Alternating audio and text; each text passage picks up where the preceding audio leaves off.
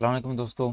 मैं आपका दोस्त आपका होस्ट उमर ख़त्ताब आपको एक्सेस स्कूल के चैनल पे वेलकम करता हूं। दोस्तों, मेरे इस चैनल पे आप लोगों की तैयारी के लिए, चाहे आप किसी भी तरह की गवर्नमेंट जॉब की प्रिपरेशन कर रहे हैं, आप लोगों के असिस्टेंस के लिए हर रोज़ सुबह 10 बजे लेक्चर अपलोड किया जाता है, जो कि आप लोगों के लिए काफ़ी हेल्पफुल प्रूव होगा इंशाल्लाह। तो आप लोगों से गुजारिश है कि अगर चैनल को अभी आपने सब्सक्राइब नहीं किया तो चैनल लाजमी सब्सक्राइब कर लें, ताकि आपका कोई लेक्चर मिस ना हो पाए और आपकी तैयारी में एक बेहतरी आ पाए।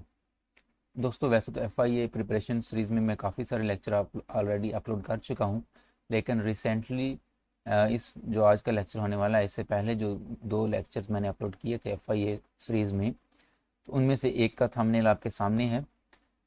इसमें स्पेसिफिकली करंट अफेयर्स और इंग्लिश MCQs को डिस्कस किया गया है। दोस्तों, मेरे हर लेक्चर में आपको डिटेल्ड एक्सप्लेनेशन मिलती है, लॉजिक्स दिए जाते हैं, रीज़न दिया जाता है कि इसका कौन सा ऑप्शन हमें टिक करना है और क्यों करना है, उसके रीज़न क्या है। तो आप लोगों से गुजारिश है कि अगर आप भी अपनी प्रिपरेशन को बूस्ट अप करना चाहते हैं, अच्छा करना चाहते हैं, तो कोई भी लेक्चर मिस ना करें, हर लेक्चर देखें, हर लेक्चर बहुत आपके लिए हेल्पफुल प्रूव होगा। तो ये पहला लेक्चर था। स्पेसिफिकली करंटली मैं कह सकता हूँ कि जो मेरे लेक्चर अपलोड किए गए हैं FI प्रिपरेशन सीरीज़ में, तो ये उसमें लास्ट चंद लेक्चर्स में से है। तो आपने अगर इसे नहीं देखा तो watch and learn new things. इसके बाद ये भी रिसेंटली अपलोड किया गया है, तो इसमें भी काफ़ी सारे हेल्पफुल कंसेप्ट्स आपके साथ डिस्कस किए गए हैं, इंपॉर्टेंट MCQs को डिस्कस किया गया है। तो अगर आपने इसे नहीं देखा तो दोस्तों इसे भी लाजमी देखिएगा। और अगेन याद रखें कि हर सुबह आप लोगों की असिस्टेंस के लिए संडे को छोड़ के बाकी हफ्ते के तमाम दिन सुबह 10 बजे आप लोगों ने FC स्कूल के साथ जुड़ना होता है, ताकि आप लोगों की तैयारी के लिए मज़ीद बेहतरी आ सके। तो अगेन रिक्वेस्ट यही है कि अगर आपने चैनल अभी तक सब्सक्राइब नहीं किया FC स्कूल, तो आप दोस्तों ये चैनल सब्सक्राइब कर लें। आज हमारा पार्ट 3 है, तो चलिए शुरू करते हैं। सबसे पहले हमारे पास क्वेश्चन है, ये बेसिकली इसे हम इंग्लिश में वन वर्ड सब्सटीट्यूशन का क्वेश्चन कहा करते हैं। वन वर्ड सब्सटीट्यूशन पेपर में इस तरह से आता है कि एक सेंटेंस दे रखा होता है, आपने उसको एक वन में डिस्क्राइब करना होता है उस पूरे सेंटेंस को। तो इसे हम कहते हैं वन वर्ड सब्सटीट्यूशन। सब्सटीट्यूशन का मैंने होता है मुतबादिल। तो ऐसा एक लफ्ज़ जो इस पूरे सेंटेंस का मुतबादिल के तौर पर आ सके, उसे हम कहते हैं वन वर्ड सब्सटीट्यूशन। तो पहली जो मारूजी है हमारे पास, वो वन वर्ड सब्सटीट्यूशन में से है। हमारे पास सेंटेंस है living together as spouses. Spouses कहते हैं कपल की सूरत में, हस्बैंड और वाइफ का जो रिलेशनशिप होता है, ठीक है, मियाँ बीवी जिसे हम कहते हैं, उस रिलेशनशिप को हम स्पाउस कहते हैं। तो living together as spouses without being legally married.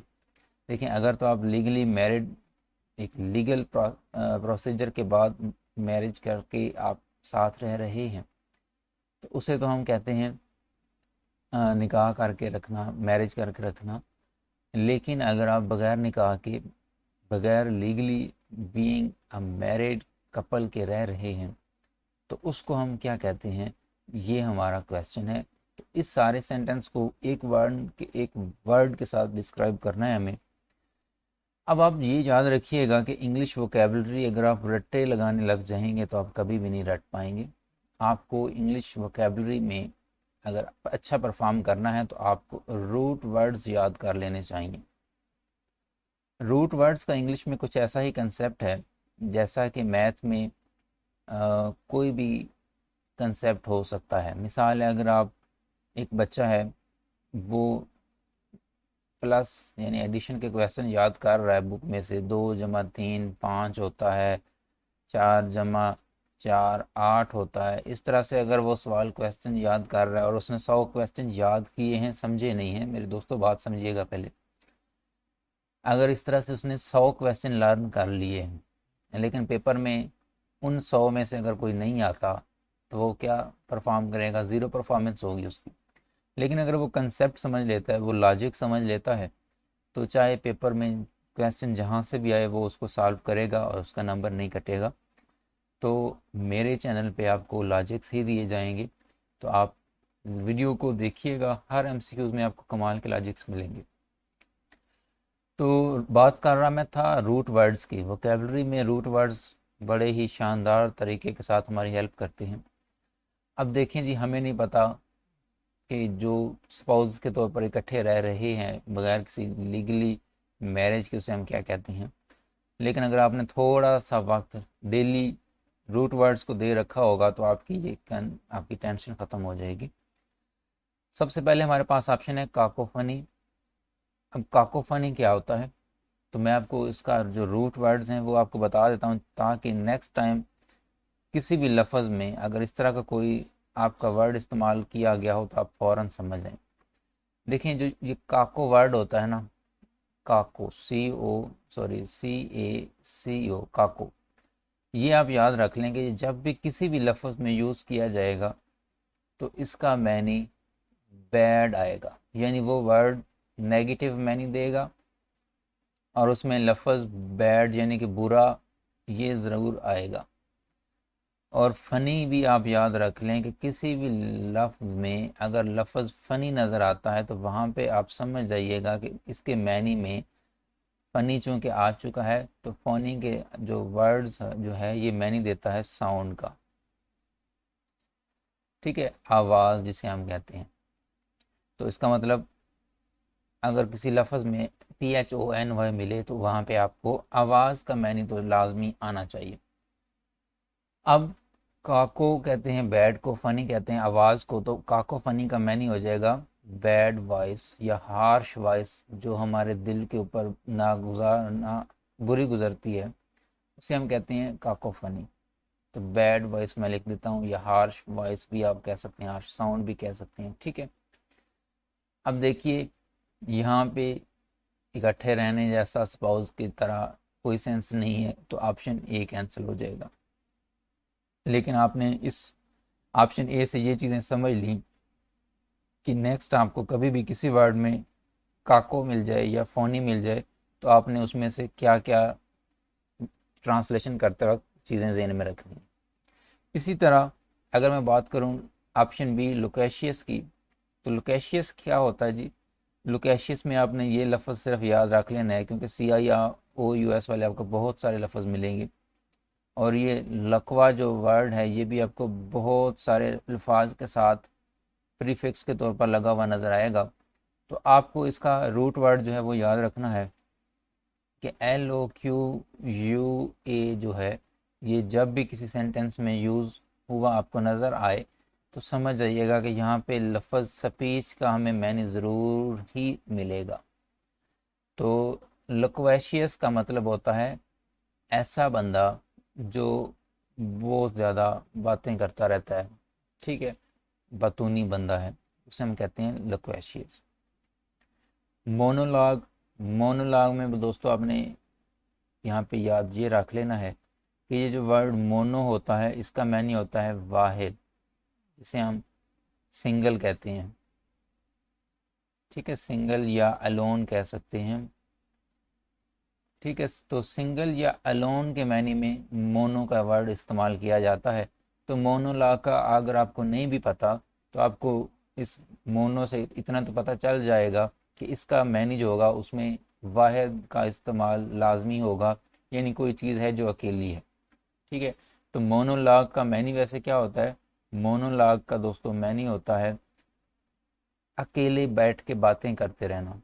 ठीक है, अकेले बैठ के बातें करते रहने को हम क्या कहते हैं, मोनोलॉग कहते हैं। टॉकिंग टू हिमसेल्फ भी आप कह सकते हैं। ठीक है, तो इसके बाद रह गया कॉन्क्यूबाइनेज। कॉन्क्यूबाइनेज ऑप्शन डी है। अब चूंकि हम चेक कर चुके हैं ए भी नहीं था, बी भी नहीं था, सी भी नहीं था, तो फिर ऑप्शन हमारे पास एक ही बचता है डी। तो डी ही यहाँ पे हमारा करेक्ट आंसर है। कॉन्क्यूबाइनेज का मैनी होता है living together as spouses without being legally married. दोस्तों रूट वर्ड्स को याद रखिएगा। नेक्स्ट क्वेश्चन पे चलते हैं दोस्तों। हमारे पास अगला क्वेश्चन है desire to bear a beautiful child. अच्छा खूबसूरत सा बच्चा होने की ख्वाहिश होना। ठीक है, अब इसको आपने एक वन वर्ड में अगर डिस्क्राइब करना है तो अगेन आपको वन वर्ड सब्स्टिट्यूशन का पता होना चाहिए, वोकैबुलरी आपको आनी चाहिए।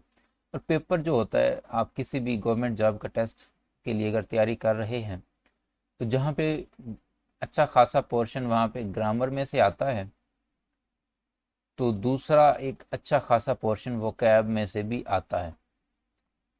वोकैब में सिनोनिम्स पूछ लिए जाते हैं, वोकैब में एंटोनिम्स पूछ लिए जाते हैं, वोकैब में आपसे वन वर्ड सब्स्टिट्यूशन पूछ लिए जाते हैं। तो बात यह है कि वोकैब आपके पेपर में एक अच्छे खासे आपको नंबर दिला सकती है। तो desire to bear a beautiful child को एक वर्ड में डिस्क्राइब करना है। अब यहाँ पे भी आपने याद रखना है कि जो कैली वर्ड होता है ना बच्चे, इसका मैनी होता है ब्यूटीफुल।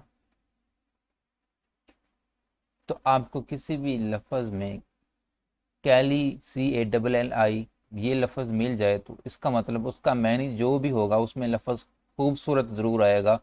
तो इसका मतलब ये भी आपको पता चलेगा कि ये जो लफ्ज़ है ये पॉजिटिव मीनिंग्स में यूज़ किया जाता है, कुछ प्यारा होगा इसमें। अब मुझे पीडिया का अगर नहीं भी पता तो कैली से मुझे एक अंदाज़ा हो गया कि यहाँ पे इसका जो ट्रांसलेशन होगा, इसका जो मैनी होगा उसमें ब्यूटीफुल लफ्ज़ ज़रूर आएगा। इसके बाद है काकोग्राफी। काकोग्राफी मैं आपसे ये पिछले MCQs में डिस्कस कर चुका था कि काको का मैनी क्या होता है दोस्तों। काको का मैनी था बैड। अब यहाँ पे मैं ब्यूटीफुल का वर्ड चाहिए, बैड का तो चाहिए नहीं, हमें पता है काको का मैनी तो बैड होता है, तो ये ऑप्शन बी तो कैंसिल हो जाएगा। यहाँ पे ये भी याद रखिएगा, ये ग्राफी जो वर्ड है ना, ये हमेशा आपके वर्ड में जब भी यूज़ किया जाएगा सफिक्स में, तो इसका मैनी होगा हमेशा आपके अल्फाज जब भी ये यूज़ किया जाएगा सफिक्स के तौर पर, तो मैनी ये देगा राइटिंग का। ठीक है, लिखाई का मैनी देता है। तो बैड राइटिंग मतलब कि बुरी लिखाई, एक बंदे की ऐसी राइटिंग है जो पढ़ी नहीं जाती, बहुत मुश्किल है जिसको पढ़ना, तो उसको हम क्या कहते हैं, काकोग्राफी कहते हैं। सोली लकवी, देखें LOQUY लकवी का क्या मैनी था, मैंने आपको बताया था अभी पिछली ही स्लाइड में। ये जब भी किसी वर्ड में यूज़ हो जाएगा लकवे, तो वहाँ पे इसका मैनी होगा स्पीच, यानी बोलना। सोल, सोल लफ्ज़ निकला है अकेले से, SOLE सोल। ठीक है, तो सोली को आप सिंगल या अलोन भी कह सकते हैं, जिस तरह मोनो का हम कहते हैं। तो मोनो या सोली ये एक ही मैनी देते हैं। और लकवी का आपको मैंने पता है कि स्पीच होता है, तो इसका मैंने भी सोली लकवी वही कि अकेले बैठ के खुद से बातें करना। तो सोली लकवी का जो सिनोनिम के तौर पर मोनोलॉग आप कर सकते हैं। अब हमें सोले और लकवी से पता था कि यहाँ पे अकेले और स्पीच की बात है, ब्यूटीफुल चाइल्ड की तो बात नहीं हो रही। तो रूट वर्ड्स की मदद से हमें पता चल गया कि ऑप्शन सी भी गलत है। बाकी बच गया ऑप्शन डी। ऑप्शन डी में है मेलोड्रस। दोस्तों यहाँ पे ये जो आपका रूट वर्ड है प्रीफिक्स माल, ये माल जो होता है आपने याद रखना है कि माल वर्ड एक नेगेटिव वर्ड है, नफ़ी मैनी में यूज़ किया जाता है, और इसका मैनी भी होता है काको की तरह बैड। तो ये भी जिस लफ्ज़ के साथ जुड़ा होगा वहाँ पे लफ्ज़ बुरा ज़रूर आएगा। तो जिस तरह काकोग्राफी का मैनी बुरी राइटिंग था, मेलोड्रस ड्रस ये जो ऑर्डर लफ्ज़ है, ऑर्डर का मैनी क्या होता है, आप लोगों ने अक्सर ये पढ़ रखा होता है, काफ़ी आसान सा वर्ड है। ऑर्डर का मैनी होता है स्मेल, खुशबू। ठीक है, और इसके साथ जब बैड यानी माल लग जाएगा, मालड्रस, तो हो जाएगा बैड स्मेल। तो बैड स्मेल हमें नहीं, इसका मैनी तो हमें चाहिए नहीं है दोस्तों, हमें चाहिए था खूबसूरत वाला। तो खूबसूरत वाला ये तो था नहीं, तो खूबसूरत लफ्ज़ कहाँ पे आ रहे हैं, कैली। कैली मतलब कि ऑप्शन ए हमारा करेक्ट होगा। यहाँ पे ये भी याद रखिएगा, ये जो लफ्ज़ पीडिया है ये भी एक रूट वर्ड के तौर पर यूज़ किया जा सकता है, क्योंकि ये जो एक लफ्ज़ है ना पाइडस, PAIDOS पाइडस, ये भी आपके किसी भी वर्ड में जब कहीं यूज़ किया जाए तो इसका मुराद आप हमेशा बच्चा ही लेंगे। तो पाइडस बच्चे को कहते हैं, कैली ब्यूटीफुल को कहते हैं। तो ब्यूटीफुल चाइल्ड के लिए क्या हो जाएगा, कैलीपीडिया। पीडिया मतलब पाइडस, पाइडस कहते हैं बच्चे को, और पीडिया मतलब पैदा करना, बच्चा पैदा करना, और कैली मतलब खूबसूरत। तो खूबसूरत बच्चा पैदा करने को क्या कहते हैं, कैलीपीडिया। ऑप्शन ए हमारा करेक्ट हो जाएगा। तो दोस्तों आपको कैसी लगी वोकैबुलरी की एक्सप्लेनेशन, आपको रूट वर्ड्स कैसे लगे, मुझे लाजमी फीडबैक कमेंट में बताइएगा, ताकि अगर मुझे पता हो कि आपको वीडियो मेरी कैसी लग रही है, मैं मज़ीद आप लोगों के लिए लेक्चर ऐसे अपलोड कर सकूं। इसके बाद नेक्स्ट क्वेश्चन है हमारे पास, Samavia is more funnier than Sara. Vocab के 2 क्वेश्चन मैंने डाले, उसमें 4+4 क्योंकि 4 ऑप्शंस थे। Samavia is more funnier than Sara. अब यहाँ पे आप देखेंगे कि ग्रामर का क्वेश्चन जो पूछा गया है उसमें ये इस पार्ट को हमने क्या कर दिया है, अंडरलाइन कर दिया है, और आपसे पूछा गया है कि यहाँ पे क्या सेंटेंस इम्प्रूवमेंट की ज़रूरत है या नहीं। सेंटेंस इम्प्रूवमेंट के क्वेश्चन भी फ्रेम किए जाते हैं, इसलिए मैंने आपके साथ ये फिक्रा भी शेयर किया है, इसका कंसेप्ट। अब देखें आप यहाँ पे कि क्या यहाँ पे मोर फनियर देन सारा ही ठीक है, नो एरर है, या फिर इसकी जगह पे फनीएस्ट, फनियर या क्वाइट फनी हम यूज़ करें। तो देखें दोस्तों, आपके साथ मैं एक कंसेप्ट डिस्कस करूँगा। हमारे पास एक कंसेप्ट होता है जिसे हम कहते हैं एडजेक्टिव का डिग्री का कंसेप्ट। अब एडजेक्टिव जो होते हैं उसके हमारे पास 3 डिग्रीज होती हैं, पॉजिटिव, कंपैरेटिव और सुपरलेटिव। एडजेक्टिव कोई भी हो उसकी ये 3 डिग्रीज होती हैं। पॉजिटिव होती है वो डिग्री जो उसकी बेस डिग्री होती है, मसलन लफ्ज़ है जी गुड, ठीक है, ये पॉजिटिव डिग्री है। इसकी कंपैरेटिव डिग्री होती है बेटर, और इसकी सुपरलेटिव डिग्री होती है बेस्ट। आप लोगों की असिस्टेंस के लिए मैं आपको बता दूं कि अगर आपका एडजेक्टिव 1 सिलेबल है, ये चीज़ आपने हमेशा याद रखनी है, अगर एडजेक्टिव 1 सिलेबल वाला है तो आप उसकी कंपैरेटिव डिग्री जब बनाते हैं तो कंपैरेटिव डिग्री उसकी हमेशा आपकी ई आर के आखिर पे एंड होती है, और उसकी सुपरलेटिव डिग्री जो होती है वो हमेशा ई एस टी के ऊपर एंड होती है, बशर्ते कि आपका एडजेक्टिव 1 सिलेबल का हो। अब यहाँ पे गुड एक ऐसा एडजेक्टिव है जो कि 1 सिलेबल है, क्योंकि इसमें जो वावल साउंड है वो सिर्फ एक ही आ रही है, तो ये 1 सिलेबल है। दोस्तों वावल वर्ड्स हम काउंट नहीं करते, वावल साउंड काउंट करते हैं।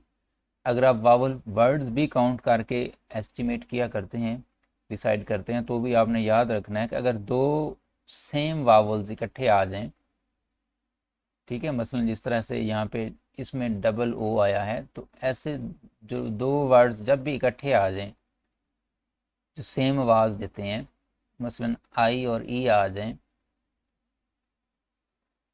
डबल ई आ जाएं, तो ऐसे जोड़ा जो होता है उसको हम 2 नहीं बल्कि एक ही वावल कंसीडर करते हैं। तो यहाँ पे चूंकि ये जोड़ा है तो इसको हम एक ही कंसीडर करेंगे। तो इसमें कितने वावल लेटर्स हैं, एक, तो इसका मतलब इसमें सिलेबल कितने हैं, एक सिलेबल है, तो इसकी कंपैरेटिव डिग्री बनेगी तो उसमें ई आर आखिर पे आएगा, और सुपरलेटिव बनेगी तो उसका आखिर पे ई एस टी आएगा। लेकिन अगर आपका एडजेक्टिव एक से ज़्यादा सिलेबल्स का है, सिलेबल एक से उसमें ज़्यादा हैं, प्लस सिलेबल्स मैं लिख देता हूँ मोर देन 1 सिलेबल के लिए, ठीक है, तो ऐसी सूरत में आपको क्या करना होता है, फिर कंपैरेटिव डिग्री जब आपने बनानी होती है तो आप लफ्ज़ मोर लिखते हैं पहले, और उसके बाद आप लफ्ज़ जो एडजेक्टिव है उसकी जो पॉजिटिव डिग्री होती है उसी को लिख देते हैं, ठीक है। और सुपरलेटिव जब आपने बनानी होती है तो आप पहले मोस्ट लिखते हैं,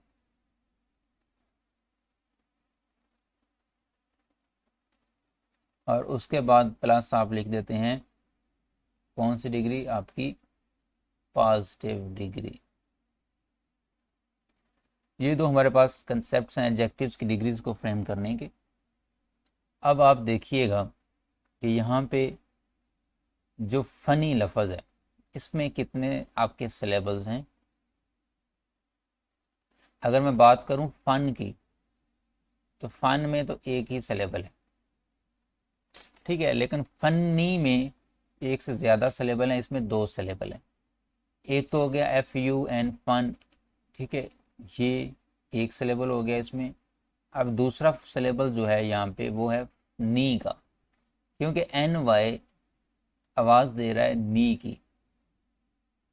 नी में आपको पता है ई जो है ई की आवाज़ ई नी NY नी ई की आवाज़ आ रही है, तो इसका मतलब यहाँ पे भी एक सिलेबल छुपा हुआ है। इसलिए चूँकि वाई कभी कभी वावल साउंड देता है, इसे हम कभी कभी फिर वाई को सेमी वावल भी कंसीडर करते हैं। याद रखिएगा दोस्तों, वाई जब भी वर्ड के आखिर पे आता है तो अमूमन ये वहाँ पे आई या फिर ई की आवाज़ देता है, और ऐसी सूरत में से हम सेमी वावल कंसिडर करते हैं। तो यहाँ पे दो वावल्स हैं, सॉरी दो सिलेबल हैं, एक फन और दूसरा नी, ठीक है, फनी। तो वर्ड में फनी में दो वावल्स हैं, इसका मतलब यहाँ पे इसकी आपने कंपैरेटिव डिग्री यूज़ करनी है। अब कंपैरेटिव डिग्री यूज़ क्यों करनी है, यहाँ पे पॉजिटिव क्यों नहीं यूज़ करनी, सुपरलेटिव यूज़ क्यों नहीं करनी, तो दोस्तों आपने याद ये रखना है कि आप हमेशा उस वक्त कंपैरेटिव डिग्री को ही यूज़ किया करते हैं जब किसी भी जगह पे आपको दो चीज़ों के दरमियान कंपैरिजन नज़र आए। अब यहाँ पे समाविया और सारा के दरमियान कंपैरिजन हमें मिल रहा है, ठीक है, कि ये अच्छा है या वो अच्छा है, वो बुरी है या वो बुरी है, वो अमीर है या वो गरीब है, ठीक है। इस तरह का जब आपको कंपैरिजन दो ऑब्जेक्ट्स के दरमियान मिलता है तो वहाँ पे आपको हमेशा कंपैरेटिव डिग्री का ही इस्तेमाल करना होता है। अब कंपैरेटिव डिग्री का इस्तेमाल आपने यहाँ पे करना है, ये तब क्लियर हो गया। अब आपने सोचना ये है कि यहाँ पे एडजेक्टिव हमारा वन सिलेबल का है या टू सिलेबल्स का है, या एक मतलब एक सिलेबल का है या एक से ज़्यादा सिलेबल्स का है। एक सिलेबल का होगा तो उसकी कंपैरेटिव डिग्री के आखिर पे ER आपको आना चाहिए, और एक से ज़्यादा सिलेबल्स हैं तो मोर प्लस पॉजिटिव एडजेक्टिव की डिग्री आनी चाहिए। यहाँ पे आपको मैं एक गोल्डन टिप दे देता हूँ कि कभी भी ऐसा नहीं होता कि मोर के बाद आप एक एडजेक्टिव यूज़ करो और उसके आखिर पे आपको ER भी मिल जाए, ऐसा नहीं होता। इसी तरह से ऐसा भी कभी नहीं होता कि मोस्ट आप यूज़ करो और साथ आप जो एडजेक्टिव यूज़ कर रहे हो उसके आखिर पे EST मिल जाए। तो आप जस्ट इस चीज़ को ही जहन में अगर रख लें तो आपको यहाँ पे फ़ौरन से पता चल जाएगा कि यहाँ पे मोर लगा हुआ है और यहाँ पे ER भी आखिर पे सेंटेंस के मौजूद है। तो इसका मतलब यहाँ पे ये तो गलत है ही है, क्योंकि दो कंपैरेटिव डिग्रियाँ हम इकट्ठी यूज़ नहीं कर सकते, या तो हमने ER वाली यूज़ करनी होती है या मोर वाली यूज़ करनी होती है। तो यहाँ पे ये तो गलत है, इसका मतलब नो एरर वाला तो कैंसिल हो जाएगा, यहाँ पे हमने इसको रिप्लेस करना ही करना है। तो क्या रिप्लेस करेंगे आप, फनियर, फनीएस्ट, क्वाइट फनी, क्या यूज़ करना है, Samavia is more funnier. Funnier देखें, फनियर तो यहाँ पे आ ही नहीं सकता क्योंकि इसमें एक से ज़्यादा सिलेबल हैं, तो फनियर तो होगा नहीं। फनीएस्ट हो नहीं सकता क्योंकि फनीएस्ट जब भी आप सुपरलेटिव डिग्री यूज़ करते हैं तो उसके बाद आपको सॉरी उससे पहले आपको आर्टिकल दा लाजमी लगाना होता है, और उसके बाद सुपरलेटिव डिग्री के बाद कभी भी आपको लफ्ज़ देन का इस्तेमाल नहीं करना होता। देन नहीं लगाना और आर्टिकल दा लाजमी लगाना होता है। यहाँ पे देन लगा रखा है तो सुपरलेटिव डिग्री भी आती नहीं है। वैसे मैं आपको बता दूं, सुपरलेटिव डिग्री हम इस्तेमाल तब करते हैं जब दो से ज़्यादा चीज़ों के दरमियान कंपैरिजन किया जा रहा हो। जहाँ पे दो बंदों के दरमियान किया जा रहा हो वहाँ पे सुपरलेटिव नहीं आती। अगर दो से ज़्यादा एक ग्रुप है उसमें कंपैरिजन किया जा रहा है कि समाविया इस क्लास, पूरी क्लास में या पूरे शहर में या पूरे स्कूल में सबसे ज़्यादा फ़नी है, तो अब चूंकि यहाँ पे दो के दरमियान नहीं बल्कि बहुत सारे लोगों में से समाविया को कंसिडर किया जा रहा है फ़नी, तो ऐसी सूरत में आप क्या यूज़ करते हैं, आप वहाँ पे फिर सुपरलेटिव डिग्री का इस्तेमाल करते हैं। क्वाइट फ़नी यहाँ पे कोई मायने नहीं देता, तो यहाँ पे इसका जो करेक्ट आंसर है वो यहाँ पे दिया हुआ नहीं है। आपने याद ये रखना है कि फनियर तो होगा नहीं, चूँकि फ़नी में दो आपके पास सिलेबल्स हमने बनाए हैं, फ़नी में दो सिलेबल्स चूँकि होते हैं, तो जब एक से ज़्यादा सिलेबल हैं तो इसका मतलब आप क्या करोगे, आप यूज़ करोगे मोर और प्लस पॉजिटिव डिग्री। तो आप यूँ लिखेंगे समाविया इज़ मोर फनी, ठीक है, देन सारा। यहाँ पे देन है तो मतलब आपका एडजेक्टिव कंपैरेटिव डिग्री में होना चाहिए था। कंपैरेटिव डिग्री मतलब या ई आर हो या उसमें मोर आता हो, तो यहाँ पे मोर लगा रखा है। अब मोर है तो इसका बाद उसके लाजमी पॉजिटिव डिग्री भी होनी चाहिए, तो फ़नी पॉजिटिव डिग्री भी है। तो सेंटेंस इस तरह से आपको करेक्ट हो जाएगा, Samavia is more funny than Sara. ठीक है, काफ़ी डिटेल्ड एक्सप्लेनेशन थी। अगर आपको कोई उलझन हो, कन्फ्यूजन हो, तो मैं आपको रिकमेंड करूँगा कि आप वीडियो को बैक करके थोड़ा इसको दोबारा से देखें। ठीक है, अगर फिर भी समझ ना आए तो एक बार मज़ीद देखें। दोस्तों, अपनी स्टडी के ऊपर आप जितना टाइम स्पेंड करेंगे उतना ही आपका फ़ायदा होगा।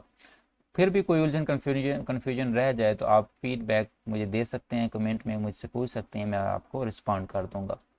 नेक्स्ट स्लाइड पे चलते हैं दोस्तों। इधर सलीम और Ayaan are going to be selected for the watch. इधर और आर कोरिलेटिव कंजंक्शंस का हमने एक यूज़ एक पिछली वीडियो में पढ़ चुके हैं। ठीक है, उसमें हमने डिस्कस किया था कोरिलेटिव कंजंक्शंस को, इधर और आर को, उनके बाकी कपल्स, बाकी पेयर्स को भी। वहाँ पे हमने स्पेसिफिकली जो इनके बारे में बात की थी, वो बात हुई थी कि इनका प्लेसमेंट सेंटेंस में कहाँ पे रखा जाए। तो आपको मैंने बताया था कि अगर सेंटेंस में एक वर्ब होगी, सिर्फ एक ही वर्ब हो अगर सेंटेंस में, तो आप ईदर को भी वर्ब के बाद रखते हैं। ठीक है, लेकिन यहाँ पे मैं आपको मज़ीद थोड़ा एक्सप्लेन कर देता हूँ, क्योंकि वहाँ पे ये चीज़ एक्सप्लेन नहीं की गई कि अगर एक ही वर्ब होगी आपके सेंटेंस में तो आपको ईदर फिक्रे के बाद रखना तो होता है। रखना बाद में क्यों होता है, क्योंकि आर बाद में दे रखा होता है। तो वर्ब अगर सिंगल है तो हम इन दोनों को फिक्रे के बाद में रखते हैं, ये मैंने उधर आपको बताया था। लेकिन ये भी करेक्ट है कि अगर वर्ब सिंगुलर है तो आप ये दोनों जो हैं, ईदर और आर, इन दोनों को वर्ब से पहले भी रख सकते हैं। ठीक है, ये दोनों ही करेक्ट फॉर्मेट हैं। अगर आपकी वर्ब अकेली है तो आप चाहे इधर आर दोनों को वर्ब के बाद यूज़ करें या इधर आर दोनों को वर्ब से पहले यूज़ कर लें। लेकिन अगर आपकी वर्ब सिंगल है तो आपने ये चीज़ बस याद रखनी है कि ऐसा फिर नहीं होगा कि इधर एक साइड पर दिया हो, यहाँ पे वर्ब सेंटेंस में एक ही हो और इधर आर दूसरी तरफ दे रखा हो। ये फॉर्मेट बस ये गलत है। ये मैंने उस वीडियो लेक्चर में आपके साथ डिस्कस किया था। अब यहाँ पे वर्ब कितनी है, आर गोइंग, ये एक वर्ब है। Helping verb plus main verb हम एक ही कंसिडर करेंगे। इसका मतलब या तो इधर और आर दोनों ही फिक्रे के शुरू यानी वर्ब से पहले आ जाएंगे या फिर दोनों ही वर्ब के बाद में आ जाएंगे। तो यहाँ पे दोनों ही हमने पहले दे रखे हैं, कोई इशू नहीं है, आप दोनों को पहले भी यूज़ कर सकते हैं। दूसरी चीज़ आपने ये याद रखनी है कि कोरिलेटिव कंजंक्शन जितने भी होते हैं, मसलन इधर or, not only but also, not but, neither nor, ठीक है, इनके साथ आपको जब हेल्पिंग वर्ब यूज़ करना होता है तो हेल्पिंग वर्ब आप उस सब्जेक्ट के अकॉर्डिंग यूज़ करते हैं जो आर के बाद दे रखा हो। ठीक है, हेल्पिंग वर्ब हमेशा आर के बाद जो सब्जेक्ट दे रखा हो उसके अकॉर्डिंग आता है। अब यहाँ पे आर के बाद एक नाउन दे रखा है जो कि सिंगुलर है। ठीक है, यहाँ पे आर के बाद सिंगुलर नाउन यूज़ कर रखा है तो इसका मतलब जो वर्ब है वो भी सिंगुलर नाउन के अकॉर्डिंग आएगी। आप प्लूरल वर्ब यूज़ नहीं करेंगे। आमतौर पर ख्याल किया जाता है कि सलीम और अयान दो हैं तो आर ठीक है, लेकिन नहीं, आर के बाद चूंकि नाउन सिंगुलर है तो आप यहाँ पे आर का इस्तेमाल नहीं कर सकते। Either the master or the boys, यूं सेंटेंस होता तो फिर आप आर गोइंग यूज़ कर लेते, क्योंकि आर के बाद फिर हमने यहाँ पे बॉयज़ अगर सपोज कर लेते तो फिर आप आर यूज़ कर सकते हैं। अब यहाँ पे आर के बाद सिंगुलर नाउन है तो आर तो आ नहीं सकता क्योंकि सिंगुलर वर्ब चाहिए। आप देख लें यहाँ पे हैज़ आ सकता है बिल्कुल, इज़ भी आ सकता है बिल्कुल, हैव भी नहीं आ सकता, और नो एरर ये भी कैंसिल है क्योंकि आर तो आ नहीं सकता। तो इसका मतलब आप ऑप्शन ए यहाँ सही होगा या फिर ऑप्शन आपका बी सही होने वाला है। तो इसमें से आपका कौन सा सेंटेंस ठीक होगा? तो देखिएगा, याद रखिएगा कि गोइंग के साथ हैज़ तो आता नहीं, हैज़ के बाद तो हम वर्ब की थर्ड फॉर्म का इस्तेमाल करते हैं, तो हैज़ भी कैंसिल हो जाएगा। ऑप्शन बी जो है वो हमारा सही होगा, इज़ गोइंग टू आपका यहाँ पे आना चाहिए था। इधर सलीम और Ayaan is going to be selected for the watch. मैं उम्मीद करता हूँ आपको समझ आ चुकी होगी। नेक्स्ट स्लाइड पे चलते हैं दोस्तों। हमारे पास क्वेश्चन है, my uncle presented me the more expensive watch. पीछे मैं आप लोगों के साथ ये चीज़ शेयर कर चुका हूँ, वो एडजेक्टिव वाला जो क्वेश्चन था वहाँ पे इधर मैंने आपके साथ शेयर किया था। जी दोस्तों, इस क्वेश्चन में मैंने आपको यहाँ पे ये चीज़ बताई थी, ये देखें कि सुपरलेटिव डिग्री के साथ हमेशा आर्टिकल द का इस्तेमाल किया जाता है। अब यहाँ पे ये जो क्वेश्चन है, यहाँ पे आप देखें इसमें, यहाँ पे ये इसको अंडरलाइन किया गया है मोर को, और आपको मैंने मोर का भी बता रखा है कि एक से ज़्यादा सिलेबल का जब एडजेक्टिव हो तो उसके साथ हम मोर इस्तेमाल करते हैं। तो एक्सपेंसिव, इसमें 3 सिलेबल्स हैं, इसका मतलब मोर तो इसके साथ हम बिल्कुल सही है यूज़ कर सकते हैं। एक्सपेंसिवर हम इसको नहीं कह सकते, मोर एक्सपेंसिव ही हम कहेंगे। लेकिन मैंने आपसे ये भी शेयर किया था कि कंपैरेटिव डिग्री जो होती है उसके बाद लफ्ज़ देन आता है लाजमी, और उस कंपैरेटिव डिग्री के साथ देन अगर नहीं है तो आप कंपैरेटिव डिग्री का इस्तेमाल नहीं करते। दूसरी चीज़ मैंने आपके साथ शेयर की थी कि सुपरलेटिव डिग्री के साथ ही हम लाजमी तौर पर आर्टिकल दा का इस्तेमाल करते हैं। तो यहाँ पे चूंकि आर्टिकल दा यूज़ हो रखा है तो इसका मतलब यहाँ पे मोर नहीं आएगा, तो यहाँ से मोर आप रिमूव करेंगे। दूसरी चीज़ आप यूँ याद रखिएगा, कंपैरेटिव डिग्री को तो हम तब यूज़ करते हैं जब दो चीज़ों के दरमियान कंपैरिजन किया जा रहा हो। तो यहाँ पे तो दो चीज़ों के दरमियान कंपैरिजन नहीं किया जा रहा। ऐसा तो नहीं है कि मेरे अंकल ने मुझे इसमें से या इसमें से, यानी ब्लैक या गोल्ड में से ब्लैक वॉच दी है, ऐसा तो है नहीं, कंपैरिजन का सेंस नहीं है। तो आप कंपैरेटिव डिग्री तो ले नहीं सकते, देन नहीं है, कंपैरेटिव डिग्री आ नहीं सकती, आर्टिकल दा लगा रखा है, तो सुपरलेटिव डिग्री ही यूज़ हमने करनी है इसके बाद। तो आप क्या यूज़ करेंगे, अब देखेंगे कि सुपरलेटिव डिग्री कहाँ पे है। मच जो है ये तो पॉजिटिव डिग्री होती है, ठीक है। मोर कंपैरेटिव डिग्री होती है, ये भी कैंसिल हो जाएगा। मोस्ट सुपरलेटिव डिग्री होती है। तो ऑप्शन सी आपका करेक्ट हो जाएगा, क्योंकि मच पॉजिटिव हो गई, मोर कंपैरेटिव हो गई, मोस्ट सुपरलेटिव है, आर्टिकल द लगा रखा है तो आप द मोस्ट करेंगे, द मोस्ट एक्सपेंसिव वॉच, ठीक है। अच्छा, इसके अलावा आपने ये भी याद रखना है कि अगर आपके सेंटेंस में लफ्ज़ ऑफ फ्रेज मिल जाए आपको, ऑफ द टू, ठीक है, तो आप ऐसी सूरत में कंपैरेटिव डिग्री के साथ भी आर्टिकल द का इस्तेमाल कर लेते हैं, लेकिन अगर ऑफ द डू मौजूद हो तो, ठीक है। और दूसरी चीज़, आप दो तरह से आर्टिकल द का इस्तेमाल करते हैं, एक तो ऑफ द टू हो, और दूसरा ये कि अगर आपके सेंटेंस में कुछ ग्रेजुअल इंक्रीज या डिक्रीज आपको नज़र आए तो आप वहाँ पे आर्टिकल द का इस्तेमाल कर सकते हैं। ग्रेजुअल मतलब कि स्टेप बाय स्टेप अगर कोई चीज़ बढ़ रही है, मसलन द हायर वी गो,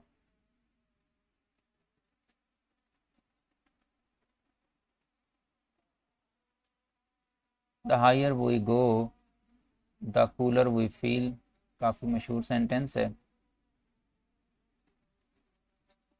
अब इसमें देखिएगा कि यहाँ पे वो कह रहा है कि जितना जितना हम ऊपर जाएंगे उतनी उतनी सर्दी बढ़ती जाएगी, यानी स्टेप बाय स्टेप इंक्रीज होने का सेंस मिल रहा है।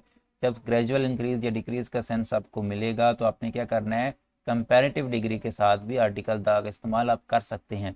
अब हाई आपका क्या था, हाई आपका एक पॉजिटिव डिग्री है, वन सिलेबल है, इसकी कंपैरेटिव डिग्री बनाएंगे तो ज़ाहिर है वन सिलेबल है तो ई आर आना चाहिए।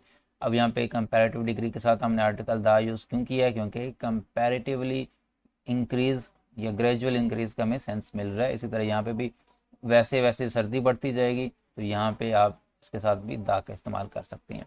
ऑफ द टू की अगर बात की जाए तो he is the better of the two boys, ठीक है, he is the better of the two boys. अब यहाँ पे देखें ऑफ द टू लगा रखा है ना, तो इसका मतलब कंपैरेटिव डिग्री एक तो लाजमी तौर पर यूज़ होगी, तो बेटर मौजूद है, दूसरा ये ऑफ द टू है तो आपके बेटर कंपैरेटिव डिग्री के साथ आर्टिकल द का इस्तेमाल होना चाहिए, तो वो भी है। तो मैंने आपको इसके साथ एडजेक्टिव के तमाम कंसेप्ट जो अमूमन पेपर में पूछे जा सकते हैं, हर वो बेसिक कंसेप्ट आपके साथ शेयर कर दिया। उम्मीद है आपको अच्छा लगा होगा सेंटेंस एक्सप्लेनेशन। नेक्स्ट स्लाइड पे चलते हैं दोस्तों। Choose the correct spelling. जी हाँ, पेपर में करेक्ट स्पेलिंग्स की एमसीक्यूज भी फ्रेम की जाती हैं। आपके पास ऑप्शन हैं कंसीव के, आपने करेक्ट स्पेलिंग देखनी है, CANCIEVE,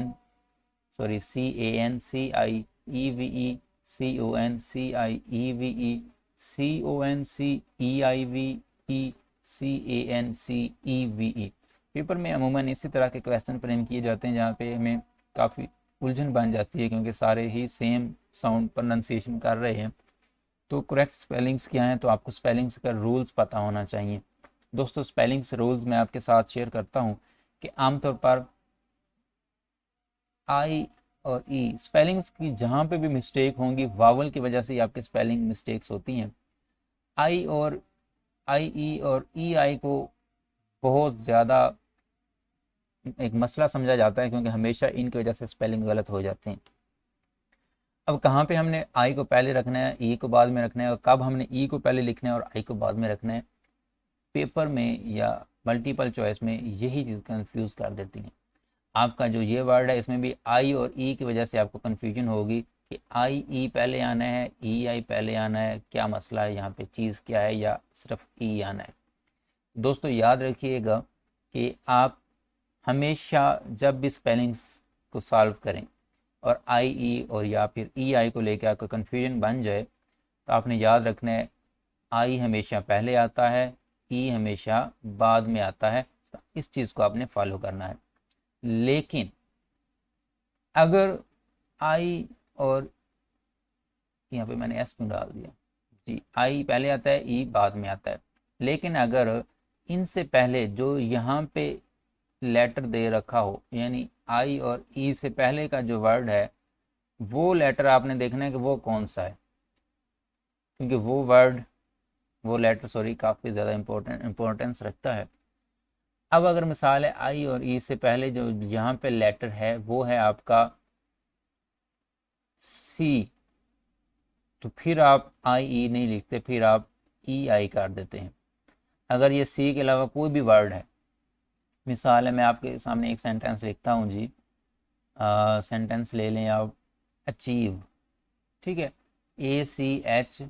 अब यहाँ पे एच आ गया ना, अब यहाँ पे एच है तो उसके बाद आई ई या ई आई आना है, तो आपको पता है एच है तो एच के बाद आप आई को पहले लिखते हैं, ई को बाद लिखते हैं। तो अचीव के स्पेलिंग इस तरह से होंगे, ठीक है। इसी तरह एक और एग्जांपल ले लें, मिसाल है जी BEL। अब यहाँ पे फिर आई ई आएगा या ई आई आएगा, ये चीज़ आपने बतानी है। तो बिलीफ में इससे पहले आई ई के ई आई लगाएं, उससे हम देख लेंगे कि इससे पहले लेटर कौन सा है, तो एल है।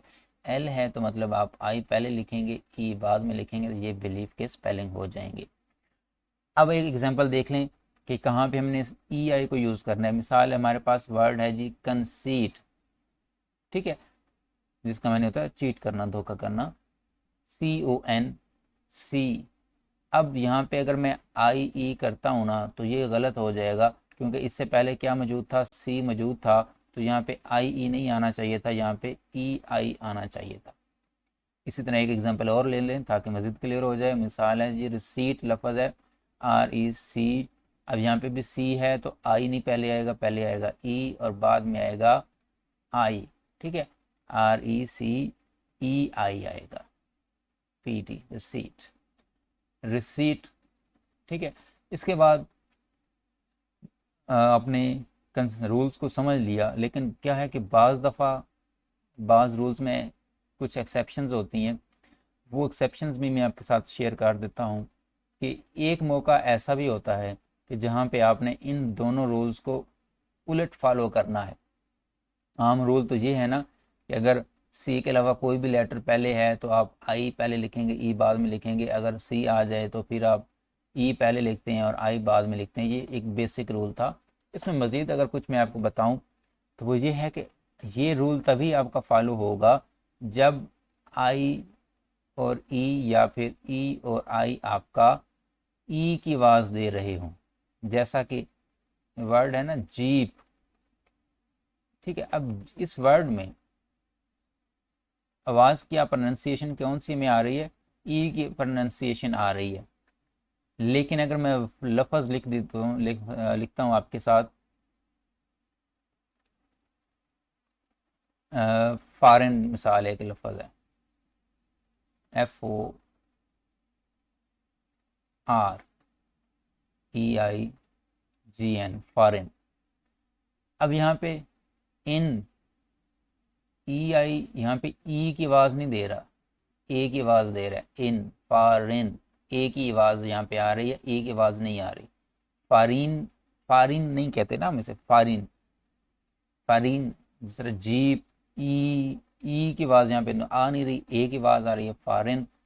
तो ऐसी सूरत में जब वहाँ पे ई की आवाज़ नहीं आ रही होगी तो फिर आपने ये जो हमने दो रूल्स यहाँ पे पढ़े हैं इनका उलट चलना है। यानी अगर आवाज़ ई की नहीं आ रही तो फिर आपने क्या करना है, आपने आमतौर पर ई को पहले रखना होता है और आई को बाद में रखना होता है। लेकिन अगर उनसे पहले सी आ जाए तो फिर आप क्या करोगे, फिर आप आई को पहले लिख देंगे, ई को बाद में लिख देंगे। यानी जो इधर पढ़ा था उसके बिल्कुल उलट। इधर हमने पढ़ा था कि अगर आमतौर पर हम क्या करते हैं, हम आमतौर पर आई को पहले लिखते हैं और ई को बाद में लिखते हैं। लेकिन अगर सी के बाद लिखना है तो सी के बाद फिर हम लिखते हैं ई को और बाद में हम लिखते हैं आई को। ये था आम बेसिक रूल। एक्सेप्शन क्या है कि एक्सेप्शन ये है कि जब कभी आई ई या ई आई आपका ई की आवाज़ ना दे रहे हों बल्कि ए की आवाज़ दे रहे हों या कोई और आवाज़ दे रहे हों, बस ई की आवाज़ ना हो, तो ऐसी सूरत में आपको फिर इन दोनों रूल्स का उलट करना होता है। जहाँ पे सी होगा वहाँ पे आप पहले लिख देंगे आई को और जहाँ पे सी नहीं होगा वहाँ पे पहले लिख देंगे ई को, तो उलट हो जाएगा उसका। तो फॉरेन के स्पेलिंग इस तरह से हो जाएंगे। तो ये तो था कंसेप्ट आपके साथ। अब इसको मैं थोड़ा रेज कर देता हूँ और फिर हम चलते हैं अपने असल सेंटेंस के ऊपर। जी, आपने बताना है जी करेक्ट स्पेलिंग्स क्या हैं यहाँ पे हमारे पास। Choose the correct spellings. अब देखिएगा दोस्तों, हमारे पास ये जो वर्ड हैं इसमें देखिए यहाँ पे सबसे पहले तो ये कि आई और ई या फिर ई और आई आप ले लें, क्या ये कंसीव में ई की आवाज़ दे रहे हैं? जी बिल्कुल। सीव के बाद, सी के बाद क्या आवाज़ आ रही है? कंसीव, ईव, ईव, मतलब ई की आवाज़ आ रही है ना, कंसीव, ईव, ई की आवाज़ आ रही है, बिल्कुल ई की आवाज़ आ रही है। तो इसका मतलब यहाँ पे आप रूल को फॉलो करेंगे। रूल क्या था कि आमतौर पर जब ई की आवाज़ आए तो आई पहले और ई बाद में, और अगर सी के बाद आपने लिखना है तो सी के बाद फिर आप ई पहले लिखते हैं, आई बाद में लिखते हैं। तो यहाँ पे सी चूँकि मौजूद है तो इसका मतलब आई तो पहले आ नहीं सकता, ई पहले आना चाहिए था, ये तो गलत हो जाएगा।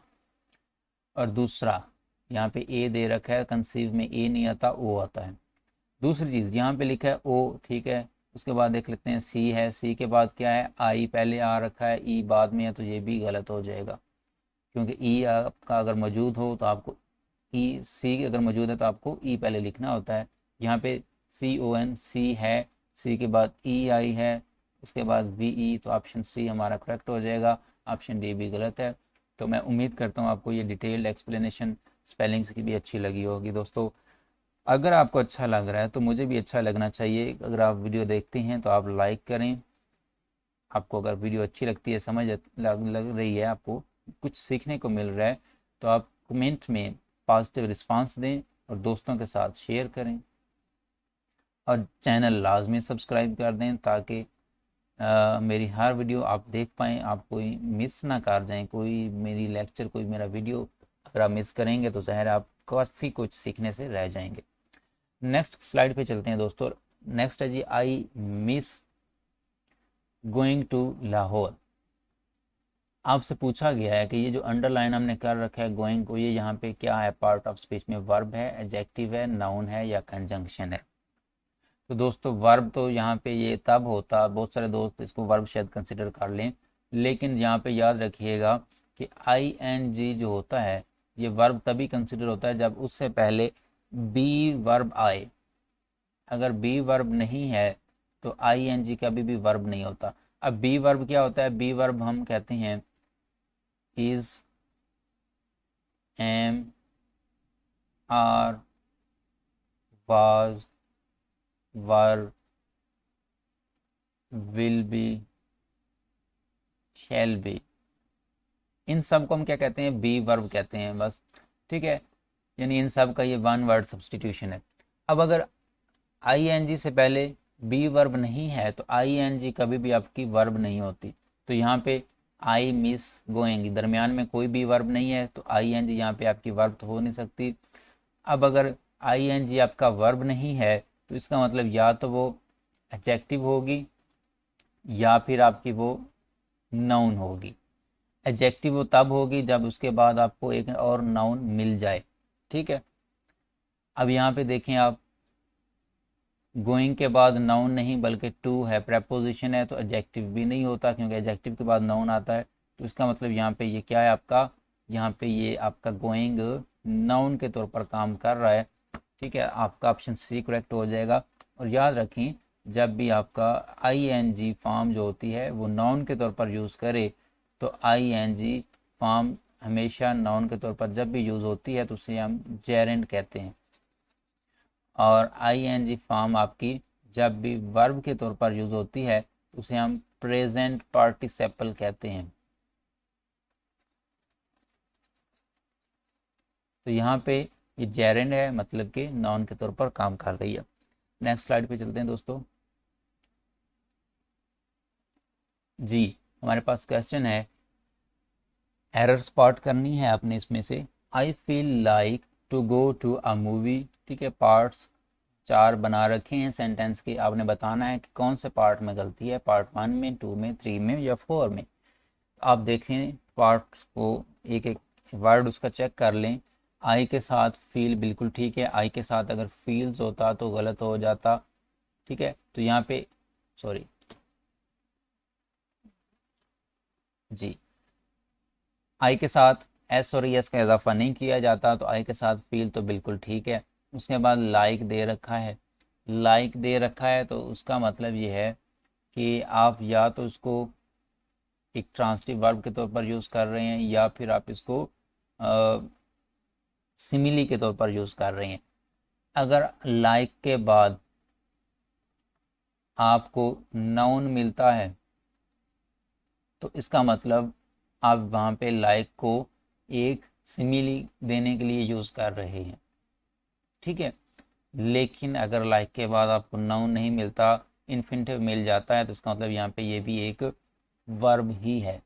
ठीक है, अब यहाँ पे वर्ब है आई फील लाइक, उसके बाद फिर वर्ब है टू गो। तो यहाँ पे 3 वर्ब्स दे रखी हैं हमने।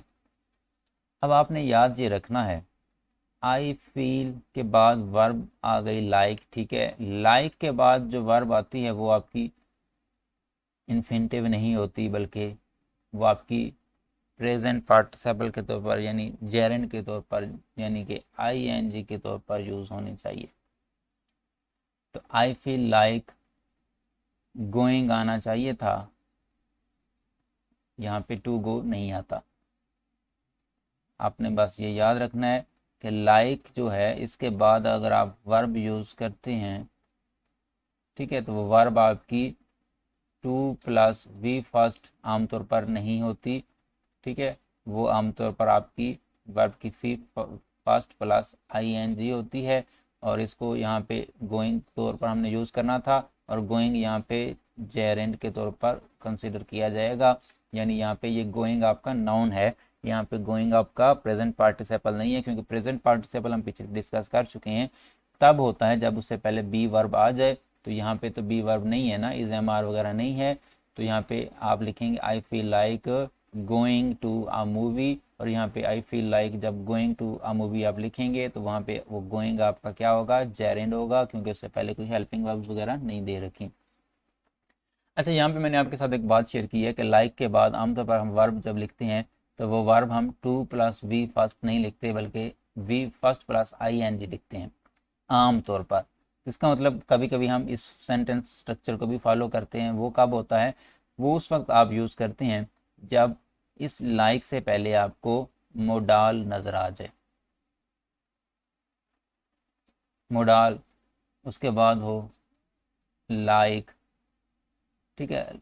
तो ऐसी सूरत में आप लाइक के बाद फिर आप टू प्लस वी फर्स्ट फॉलो करते हैं। मिसाल है, I would love to go there. अब इसमें अगर मैं टू गो की जगह पे गोइंग कर देता, सॉरी लव की जगह पे मैं, लव भी ठीक है, कोई भी वर्ब्स ऑफ सेंसेशन जो होती हैं, ठीक है, जो आपकी इमोशंस वाली वर्ब्स होते हैं उनके साथ ये सारा रूल फॉलो करता है। लेकिन चलो मैं यहाँ पे लाइक ही लिखता हूँ, I would like to go there, मैं वहाँ जाना पसंद करूँगा। तो अब यहाँ पे देखें, लाइक के बाद आपने पढ़ रखा है कि टू गो नहीं आता, यहाँ पे हमने टू गो ही यूज़ करना है। अगर मैं लिख देता हूँ I would like going there, तो वो गलत हो जाएगा। अब वो गलत क्यों हो जाएगा? क्योंकि हमने यहाँ पे ये भी पढ़ा था कि अगर लाइक से पहले कोई मोडाल आ जाए, ठीक है, वुड शुड कुड ऐसे मोडाल आ जाए, तो मोडाल के बाद आप verb to plus V first लिखते हैं, ING नहीं लिखते। यहाँ पे चूंकि मोडाल दे रखा है तो लाइक के बाद आप टू प्लस वी फर्स्ट ही यूज़ करेंगे। तो यहाँ पे आप देख लें कि इस सेंटेंस में क्या गलती है। मैंने आपके साथ कंसेप्ट जो थे वो शेयर कर दिए। अब देख लेंगे कि यहाँ पे गलती क्या थी। तो आई फील लाइक, लाइक से पहले कोई मोडाल नहीं है जी, बिल्कुल कोई मोडाल नहीं है। तो इसका मतलब लाइक के बाद अगर आप वर्ब यूज़ करेंगे तो वो वर्ब आपकी कौन सी होनी चाहिए? वो वर्ब आपकी होनी चाहिए जेरेंड, यानी कि वी फर्स्ट प्लस ING। तो यहाँ पे ऑप्शन आपका होना चाहिए था गोइंग। तो इसका मतलब पार्ट टू जो है उसमें गलती है, तो आपका आंसर हो जाएगा पार्ट टू में गलती है जी, बी ऑप्शन आपका यहाँ पे आएगा। नेक्स्ट स्लाइड पे चलते हैं दोस्तों जी। हमारे पास है under no circumstances we can allow such blatant act of corruption. किसी भी तरह के हालात हों, इस तरह की खुल्लम खुला करप्शन की इजाज़त नहीं दी जा सकती, माफ़ी नहीं हो सकती। तो यहाँ पे गलती क्या है? यहाँ पे सबसे पहले एक फ्रेज़ है अंडर नो सर्कमस्टेंस, एक एक्सप्रेशन यहाँ पे दे रखा है।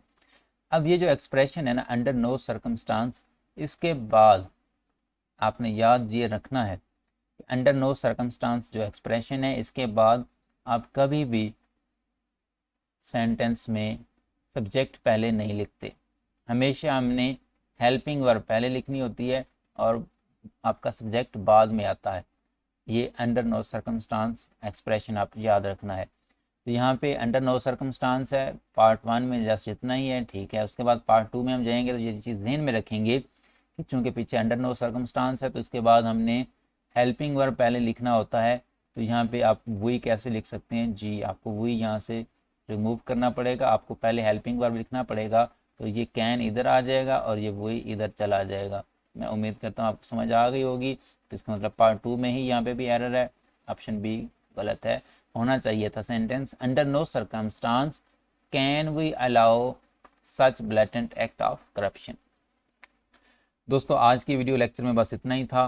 उम्मीद है आपको काफ़ी अच्छा लगा होगा। जाने से पहले चैनल को लाइक कीजिएगा, वीडियो को कमेंट में अपना फीडबैक दीजिएगा और सब्सक्राइब कीजिएगा। अपना ख्याल रखिएगा। अल्लाह हाफिज़।